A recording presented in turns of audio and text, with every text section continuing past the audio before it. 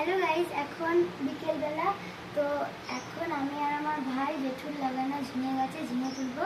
তো চলো, তোমরা please like, share, subscribe, comment করতে ভুলবে না।